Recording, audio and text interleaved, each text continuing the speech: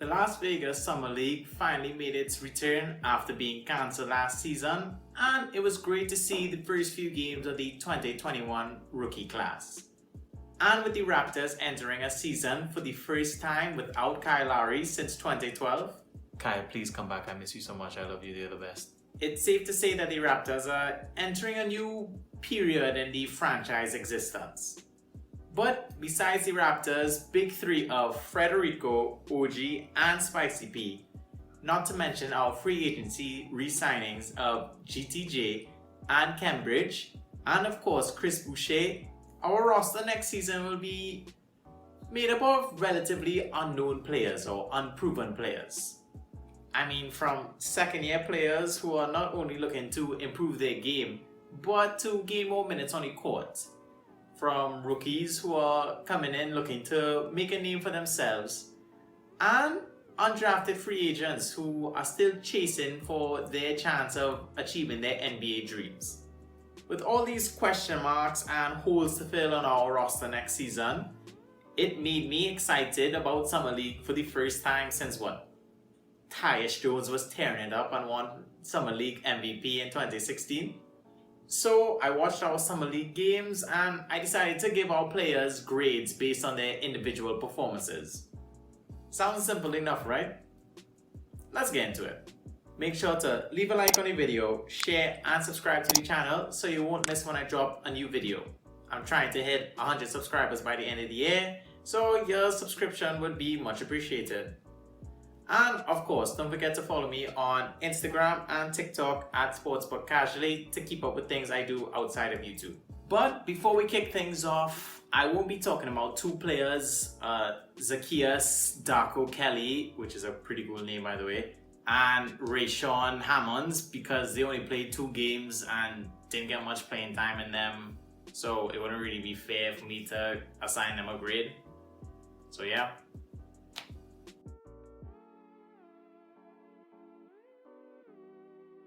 So let's kick things off with the man of the hour, shall we? The 4th overall pick, Scottie Barnes.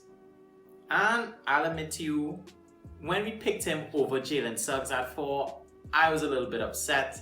It just seemed that everything was pointing to Suggs and we didn't pick him, and I was like, what the hell? But I truly fell in love with Scottie boy. Like, he just brings a vibe and energy, and the videos you see about him and his play on the court, you know, he's clapping up on defense. I love that shit. And I loved him even more with his Summer League performance. His defense was as good as advertised, either in one-on-one situations or just organizing the team and team defense. Perfect. I knew coming in he had some playmaking ability, and it really shined in the Summer League. You know, he's very unselfish and he easily finds the open man. And the thing I was impressed most about him was his great communication skills, you know, on defense, on offense, rallying the troops. A lot of leadership genes that, you know, you see in him. He's a vocal leader on the court.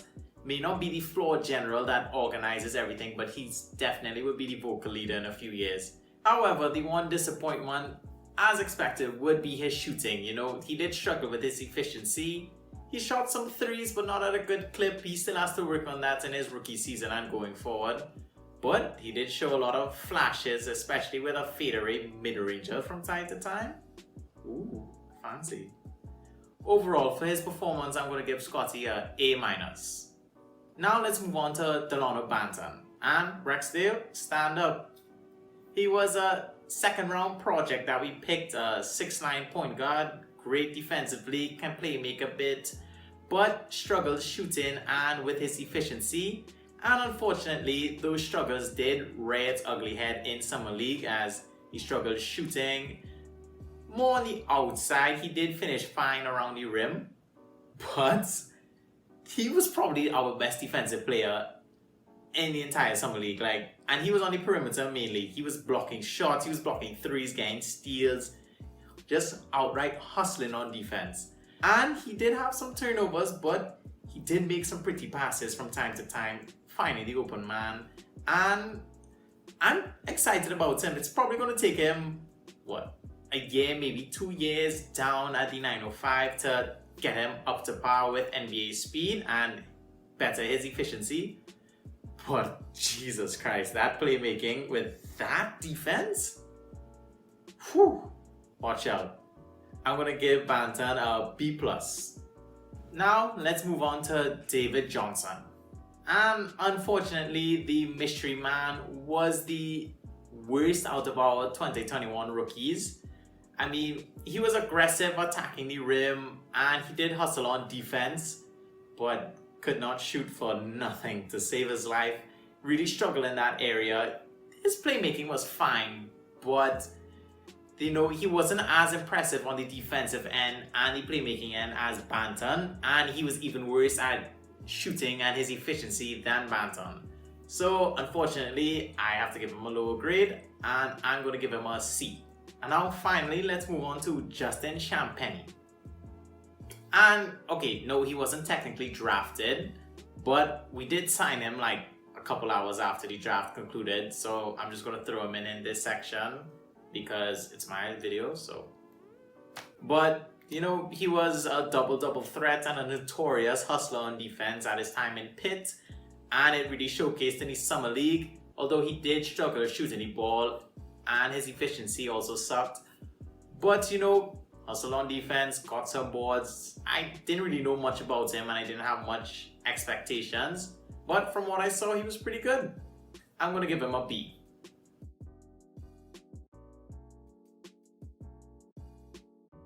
First up, Malachi Flynn. And this was a great outing for Malachi. He really showcased that he could be a future floor general for the Raptors. He was out there making plays for his teammates. He was very scrappy on defense as usual. And he shot his threes well enough. Overall, his efficiency was still pretty bad. But since he shot his threes good enough, I think that's all we need for him this season. Just to play defense, play make, and shoot your threes. So that's what we need right now. He still has time to develop. So I assume that he's going to get his efficiency up. One thing to improve on that is if he could cut down those long twos he likes to take. But overall, a very good summer league by Malachi. I'm going to give him a B+. Now let's move on to Precious Achiuwa. Admittedly, I didn't really want to like him. I mean, he was one half of the package that we got back for trading my favorite player to another team. And the other half of that package, Goran Dragic, didn't really get off to a nice start with the Raptors fans when he got here. So I kind of just didn't want to like him. I know that's petty, but I'm a very petty person. But I'm happy to say that I was absolutely wrong and I apologize, Precious. He was a fucking monster in this summer league. He was dunking over everybody, he was grabbing boards, he was blocking shots, and he was letting some threes fly. He could do it all. He's exactly what the Raptors need right now. A young, modern day big man that we could develop in our system. He's good on defense, he could stretch the floor. He's going to play behind Cambridge, but I expect him to get what? Hopefully between 15 to 20 minutes a night, depending on how well Bridge plays. So just want to finish this off by saying, Mr. Achiuwa, apologies, I was petty, but you're amazing and I love you. And I'm going to give you an A for your summer league performance. I hope that makes us even. And finally, for these second year players, we need to talk about Freddie Giuseppe. And, oh shit, he was easily the biggest disappointment for us in the summer league. Like, by an arm and a leg, by a mile and a half, very disappointing. He just was scared to do anything on offense, and whatever he tried to do failed miserably. I mean, yeah, he blocked shots, he grabbed some boards, but I don't get it. Like, how do you look more comfortable versus NBA players than you do against G Leaguers, international players, and rookies?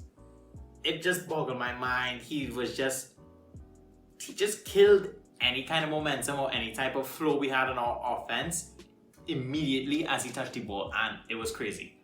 Okay, he's not going to get a lot of minutes this season because we have Achiuwa. Does he go back to the 905?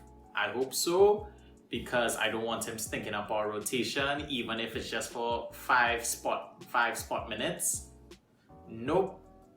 How totally regressed. The only saving grace is that he grabbed boards and blocked shots. I'm gonna give him a D-, and that's me being very nice.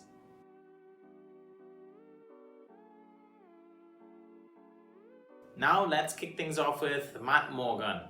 He's a 6'2" guard coming out of Cornell who went undrafted in 2019 and spent a couple of seasons down in the Raptors 905. And he came in from game 1 and had the hot hand, and it rode it right through the entire summer league. I mean, he shot well from the field, he shot well from 3.